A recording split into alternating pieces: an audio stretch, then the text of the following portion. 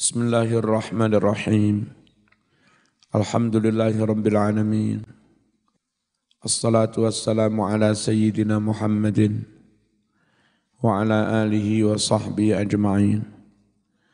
Al-hukmu sadisu, hukum yang keenam tentang halal haram. Madza yahrumu minal khinzir? Apakah yang haram dari babi itu? Haram semua, kulitnya haram, tulangnya haram, jeroannya haram, dagingnya haram, atau dagingnya tok yang haram. Nassatil ayatu ala tahrimi lahmil khinzir. Nassat telah menetapkan al-ayatu ayat di atas ala tahrimi lahmil khinzir, atas diharamkannya daging babi. Jadi ayat itu menyebut yang haram itu daging babi. Jeroannya enggak disebut, kulitnya enggak disebut. Apa lantas halal? Waqad dhahaba, benar-benar telah berpendapat ba'dul zahiriyah, sebagian dari madhab zahiriyah. Berpendapat apa? Ila annal muharrama lahmuhu, bahwa yang diharamkan itu dagingnya. La syahmuhu, bukan lemaknya. Itu menurut Dawud Zohiri. Menurut sebagian madhab Zohiriyah. Alasannya apa yang diharamkan dagingnya? Li'annallaha qala, karena sesungguhnya Allah berfirman, walahmal khinzir, daging babi. Wa dhahabal jumhuru ila anna syahmahu haramun. Sementara berpendapat sebagian besar dari para ulama bahwa lemaknya juga haram. Li'annal lahma yashmalus syahma, karena daging itu yang mencakup lemak, karena di dalam daging juga ada lemak, ya. Wa huwa sahih, dan inilah pendapat yang benar. Nah, kenapa yang disebut kok dagingnya? Karena umumnya yang dimakan manusia itu daging. Wa innama khassallahu dzikral lahmi, sungguh alasan Allah khusus menyebut daging minal khinzir, dari babi. Alasannya apa? Liyadullah ala tahrimi aini, untuk menunjukkan bahwa wujud babi itu haram. Sembarangi, sawaun dzukkiya zakatan syar'iyyah am lam yuzakka, sama saja babi itu disembelih dengan sembelihan yang syar'i atau tidak disembelih, tetap haram. Karena yang haram itu bukan sembelih atau tidak sembelih. Babi itu haramnya bukan disembelih atau tidak disembelih. Memang haram wujudnya, haram barangnya, paham ya? Wa qad ikhtalafal ulama, benar-benar ulama berbeda pendapat, fuqaha, fi jawazil intifa, dalam hal boleh tidaknya mengambil manfaat bisya'ril khinzir, bulunya babi. Fa dhahaba Abu Hanifah wa Malik ila annahu yajuzu al-khazaratu bihi. Imam Abu Hanifah berpendapat, juga Imam Malik berpendapat, ila annahu bahwa sesungguhnya yajuzu boleh. Apa yang boleh? Al-kharazatu bihi, mencukur rambutnya babi untuk dijadikan wol apa begitu. Karena yang haram itu kulit dan dagingnya, bukan termasuk rambutnya, bulunya. Wa qala dawuh Asy-Syafi'i, Imam Syafi'i, la yajuzul intifa' bi sya'ril khinzir. Imam Syafi'i dawuh tidak boleh memanfaatkan rambutnya babi untuk bulu, untuk untuk wol, tidak boleh. Wa qala dawuh Abu Yusuf, akrahu, saya memakruhkan al-kharza, mencukur rambutnya babi untuk dijadikan wol, bihi rambutnya babi.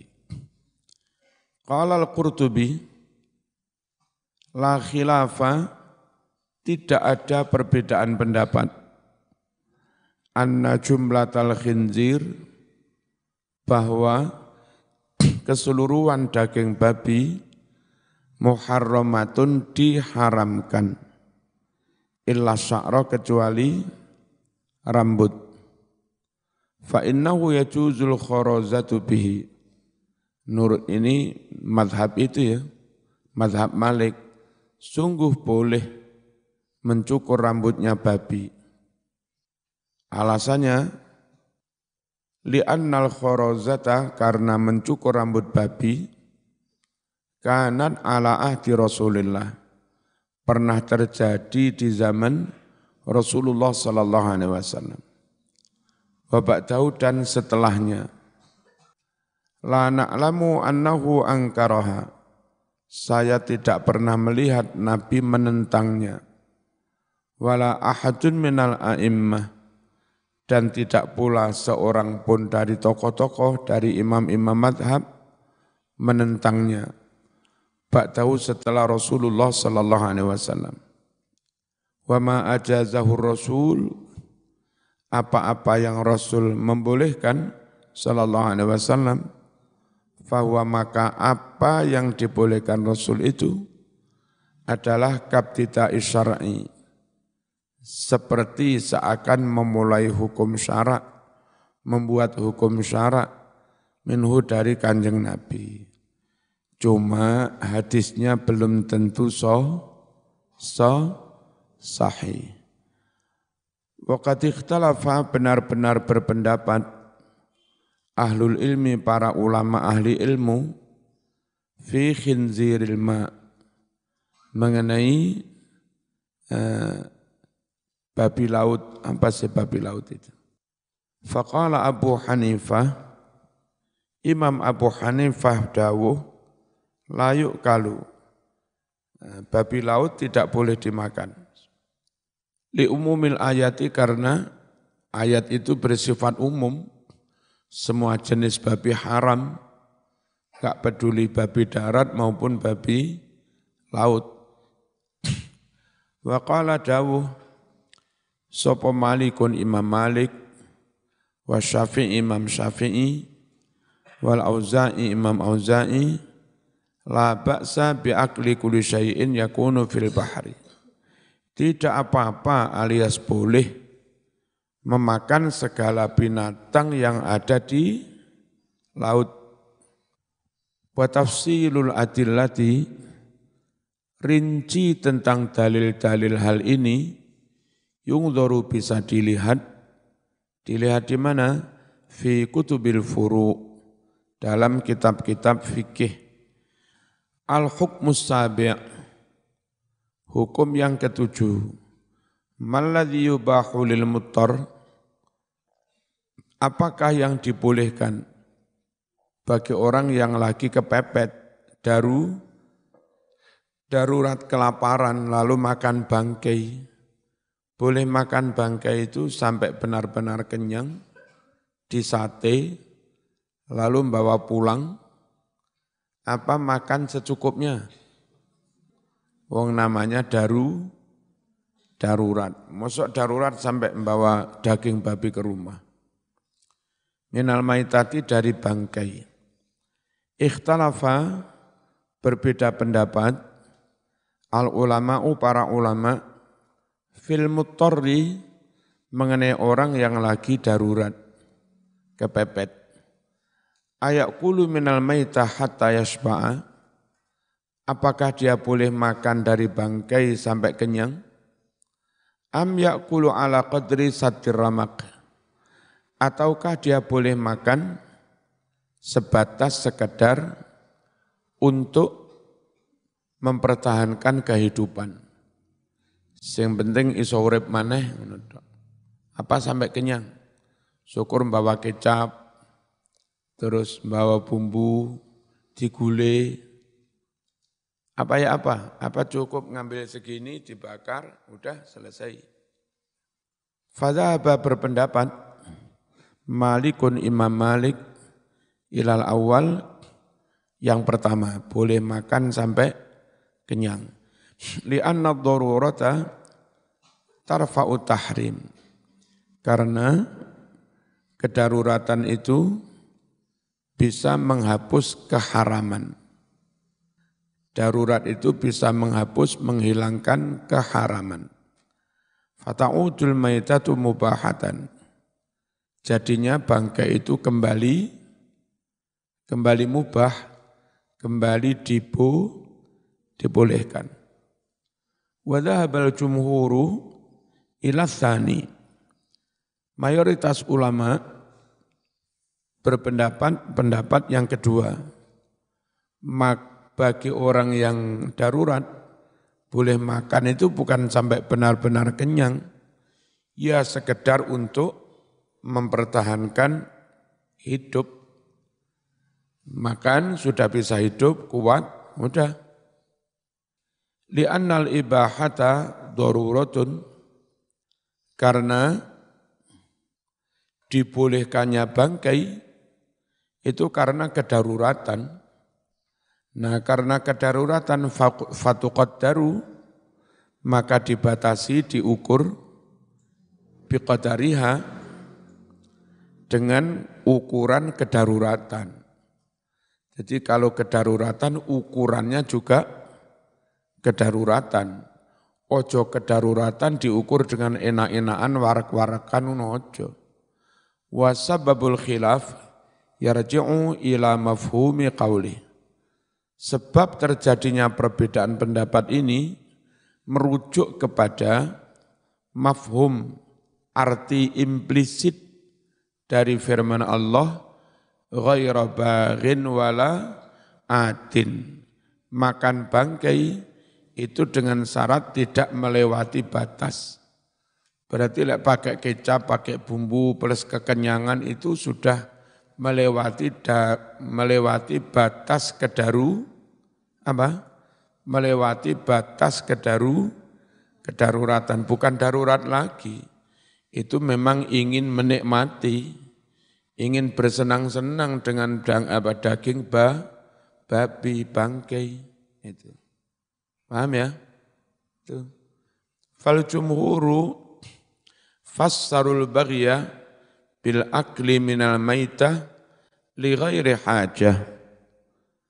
Sebagian besar ulama fassaru menafsiri al-baghya, makna baghyun, baghin, semena-mena, ditafsiri dengan apa? Maksudnya baghyun, baghin, semena-mena, itu makan bangkai padahal tidak hajat. Makan bangkai padahal tidak sedang darurat, haram. Wal'ad, sedangkan adin, orang yang melewati batas, huwal mu'tadi hatta darurah, yakni orang makan bangkai melewati batas kedaruratan. Sedangkan lain Imam Malik, Imam Malik menafsiri baghin bughut itu kelompok yang melawan negara yang sah. Jadi ada kelompok di Aceh di mana membangun kekuatan, ingin melawan negara, pemerintah, orang-orang demo atas nama Islam, takbir-takbir, ingin melawan pemerintah itu namanya bughut, baghin. Kalau mereka sampai kelaparan, enggak boleh makan bangkai. Itu maknanya baghin, bughut menurut Imam Maliki. Ya. Indonesia nentang pemerintah di Jarno. Malah takbir-takbir pakai serban lagi. Padahal menurut Quran haram menentang pemerintahan yang sah. Namanya bughut. Wa Malikun, sedangkan Imam Malik fassarahu menafsiri baghin ditafsiri bil baghi wal udwan alal imam. Melawan bil baghi menentang wal udwan melawan memusuhi alal imam kepala negara. Yang benar mana wallahu a'lam. Walikulli wijhatun huwa muwalliha fastabiqul khairat. Walikullin adalah bagi masing-masing golongan, wijhatun ada pendapat, ada arah, ada visi misi tersendiri. Wallahu a'lam. Ma tursyidu ilaihil ayatul karimah. Ma kesimpulan-kesimpulan, tursyidu yang menunjukkan ilaihi kepada kesimpulan-kesimpulan itu, al-ayatul karimah itu ayat yang di atas tadi, innama harrama alaikumul maitata waddama walahmal khinzir seterusnya. Kesimpulan pertama, ibahatul akli minat thayyibat lil mu'minin. Dibolehkan makan makanan yang baik-baik, yang halal-halal, lil mu'minin, bagi orang-orang mukmin, tapi bisyarti an yakuna minal kasbil halal, dengan syarat makanan halal itu dari hasil kerja yang halal. Makan sapi dengan cara menyolong ya enggak boleh. Sapinya halal, nyolongnya haram. Yang kedua, syukurullah wajibun alal mu'minin. Bersyukur kepada Allah itu wajib atas semua orang-orang mukmin. Mensyukuri apa? Li ni'amillah, mensyukuri nikmat-nikmat Allah. Allati la tu'addu, yang mana nikmat-nikmat itu tidak bisa dihitung. Wala tuhsa, dan tidak bisa dihinggakan. Artinya dihitung enggak bisa, dihitung sampai pol juga enggak bisa. Kesimpulan ketiga, al-ikhlasu fil ibadati lillah. Ikhlas murni semata-mata hanya untuk Allah. Fil ibadah, dalam beribadah, yaitu min sifatil mu'minin as-salihin. Termasuk sifat-sifatnya orang mukmin as-sadiqin yang mukmin beneran, bukan mukmin jaim, bukan mukmin modus. Kalau orang munafik, mereka sholat pamer, haji pamer, nyumbang pamer. Itu orang munafik. Kalau mukmin sifatnya ikhlas karena Allah. Dipuji amal, enggak dipuji tetap amal. Dilihat orang amal, enggak dilihat tetap amal. Terkenal amal, enggak terkenal ya tetap amal. Dihormati beramal, enggak dihormati tetap beramal. Karena amalnya bukan karena orang, bukan karena manusia yang lain, tapi ikhlas karena Allah itu orang mukmin.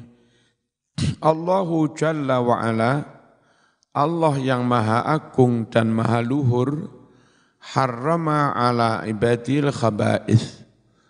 Allah haramkan makanan binatang yang gilani, menjijikkan ala ibadih atas para hambanya. Cacing enggak boleh dimakan, kucing enggak boleh dimakan. Ya, apa sehingga tikus itu? Sehingga tulinan itu. Hamster enggak boleh dimakan. Hamster dimakan. Dunat thayyibat, bukan makanan yang baik-baik. Kalau yang baik-baik boleh.